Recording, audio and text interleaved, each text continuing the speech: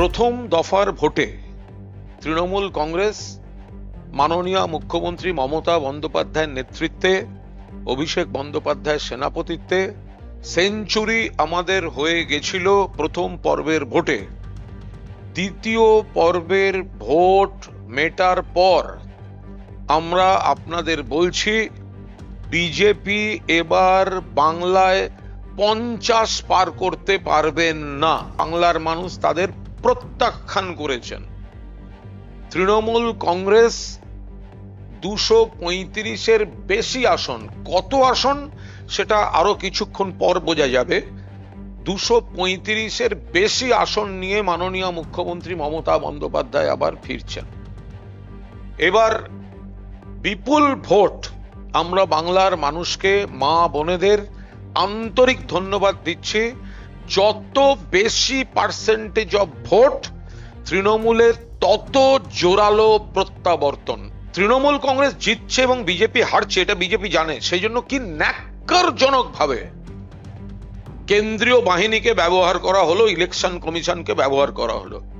দিল্লির জমিদারদের লেঠেল বাহিনী হিসেবে গুন্ডামি করলো কেন্দ্রীয় বাহিনীর একটা বড় অংশের জায়গায়। তৃণমূল কংগ্রেস জানাচ্ছে 50-এর বেশি পার করতে পারবে না, গতবারের থেকে কমবে। 21 সালে বলেছিল আবকি বার 200 পার, 77-এ ফুস, আজকে কমে গিয়ে 60। আর এবার আমরা বলছি 50 ক্রস করতে বিজেপি পারবে না। বাংলার মানুষ সর্বাত্মকভাবে বিজেপিকে প্রত্যাখ্যান করেছেন, সেটা ভোটের ফল বেরোলেই পরিষ্কার হয়ে যাবে। এটা ভয়ঙ্কর শান্তিপূর্ণ ভোট হয়েছে, এটা নাকি নজিরবিহীন। প্রথম কথা, গোটা গুন্ডামিটা করে গেছে কেন্দ্রীয় বাহিনী। এটাকে শান্তিপূর্ণ ভোট কিভাবে আপনারা বলবেন, আপনারা সেটা দেখবেন। কিন্তু সবচেয়ে বড় কথা, আরে 2021 কেন, তা এই ঘটনাটা তো 21-এও ঘটেছে। ভোটের পর তো কোনো, সে তো পিসফুল ভোট ছিল।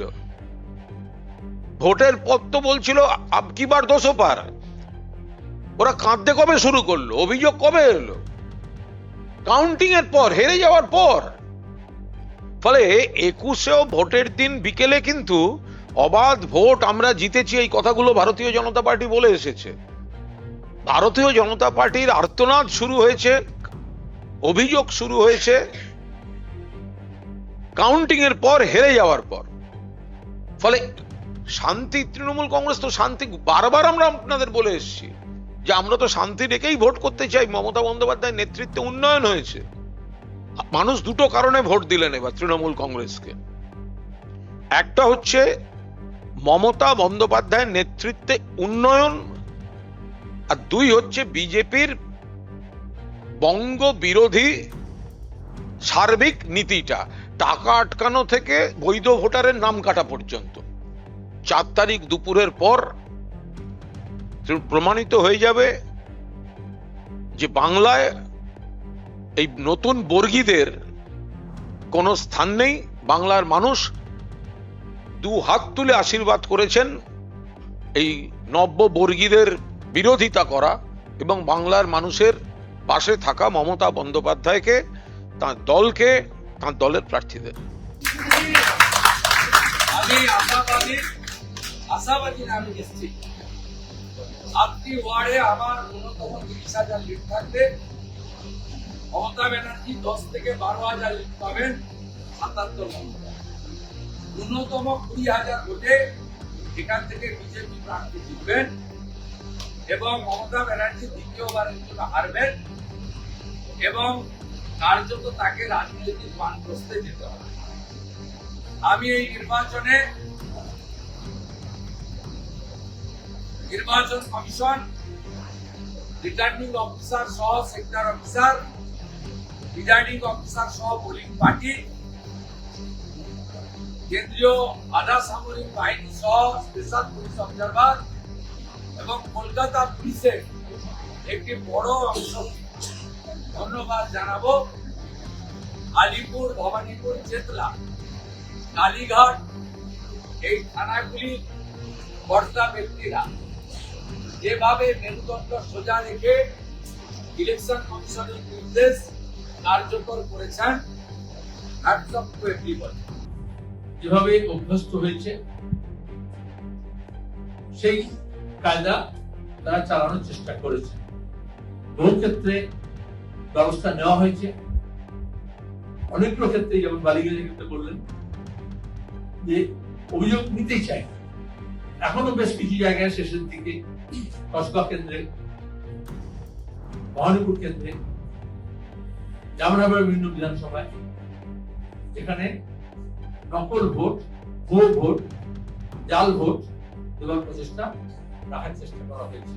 সেখানে প্রশাসনকে কড়া ব্যবস্থা নিতে বারবার বলা হচ্ছিল, কিন্তু অনেক জায়গায় দেখা যায় যে তারা বিজেপির যে ভোটটা আছে সেটাকে যেরকম প্রোটেক্ট করার চেষ্টা করেছে, এখানে শিওর যে বিজেপি ভোট পাবে না, সেইখানে এই তত তৎপরতা দেখা যায়। বেশি ভোট হলে সেটা অ্যান্টি ইনকামবেন্সি হয়, সরকার বিরোধিতার ভোটটা পাওয়া গেছে। এবং উত্তরবঙ্গের ভোট বলুন, দক্ষিণের ভোট বলুন, প্রথম পর্যায়ে বলুন, দ্বিতীয় পর্যায়ে বলুন, তাতে দেখা গেছে যে তৃণমূলের যে কারসাজি খেলা হবে বলে ডিজে বাজিয়ে যে ভোট লুটের প্রক্রিয়া এবং ভোট লুট করে সেটাকে পপুলার ভোট হিসেবে দেখানো, সেই কারসাজিটা মানুষ ধরে ফেলেছে। মানুষ নিজে ভোট দিয়েছেন এবং তৃণমূলের নেতাদের দেখবে বডি ল্যাঙ্গুয়েজ এগুলো বোঝা যাচ্ছে যে তারা এতটা আশা করেননি যে তাদের মাতব্বরিটা এতটা রাতারাতি কমে যাবে। অনেকেই বিজেপির আশেপাশে দেখতে দেখা পাওয়া গেছে, গত রাত্রে দেখা গেছে, আগেও দেখা গেছে, ভবিষ্যৎ দেখা যাবে। কিন্তু বামপন্থী এখন বলতে পারি একটা চূড়ান্ত সফলভাবে আমরা প্রচার সংগঠিত করেছি। অনেক কর্মী বাহিনী নেমেছে, তারা ডেডিকেটেডলি কাজ করেছে। আজকেও সকাল থেকে এখনো পর্যন্ত তারা বুথ আগলে আছেন এবং কমিউনিটি সেন্টার আগলে থাকবেন। আপনারা যদি যারা ভোটের সময় দেখেছেন, রাস্তাঘাটে দেখেছেন, সিপিআইএম এর বুথ ক্যাম্পে বয়স্ক মানুষদের যেমন ভিড় ছিল, একদম অল্প বয়সীদের সপরিবারের মানুষ উপস্থিত আছেন। তারা একটা লড়াইয়ের মানসিকতা গঠিত হয়েছে। অনেকদিন পরে তারা নির্বিঘ্নে ভোট করার জেদ নিয়ে রাস্তায় নেমেছে। মমতার এগুলো প্যানিক রিয়াকশন আমার মনে হচ্ছে। মমতা ব্যানার্জি নিজে এত পপুলার, ভবানীপুর মানে মমতা ব্যানার্জি, মমতা ব্যানার্জি মানে ভবানীপুর। সেইখানটায় মমতা ব্যানার্জি সকাল থেকে বুথে বুথে যাওয়া আর এইসবের নাটকবাজি করার পিছনে একটাই আমার মানে হচ্ছে মন্তব্য, এটাই পর্যবেক্ষণ আমার এটা, যে মমতা ব্যানার্জি আর ভবানীপুর সিট নিয়ে নিজে ভীত সন্তুষ্ট এবং তিনি মনে করছেন ভবানীপুর সিটে তিনি হয়তো হেরে যেতে পারেন, আমার যেটা মনে হচ্ছে আর কি। তার জন্য তার এই তৎপরতা, এটা প্রয়োজন ছিল না। মমতা ব্যানার্জি বাংলার মুখ্যমন্ত্রী, খালি ভবানীপুরে তিনি এত ব্যস্ত থাকার পারিবারিক ভোট প্রচারে গেছেন, বুথে বুথে তিনি পদযাত্রা করেছেন, এগুলোর পিছনে প্যানিক রিয়াকশনটা কাজ করছে। এবারে নির্বাচনে বলছি তো যে মানুষ নির্বাচনে যেভাবে অংশগ্রহণ করেছে এটা সারা বাংলার ফেনোমেনা। প্রথম দফাতেও প্রচুর পরিমাণ মানুষ ভোট দিয়েছে, 93%। এবারও সে 90 ঘর তো পার করবেই, কারণ একটাই, মানুষ ভোট দেওয়ার সুযোগ পাচ্ছে, ভোট দিতে যাচ্ছে। মানুষ মনে করছে ভোট দেওয়া যায় তাই মানুষ যাচ্ছে। পাশাপাশি এসআইআর মানুষকে তাড়া করছে। মানুষ মনে করছে যে নির্বাচনে অংশগ্রহণ না করলে আগামী দিনে নাগরিকত্বের পরিচয় সংকট হতে পারে। এই দুটো বিষয়।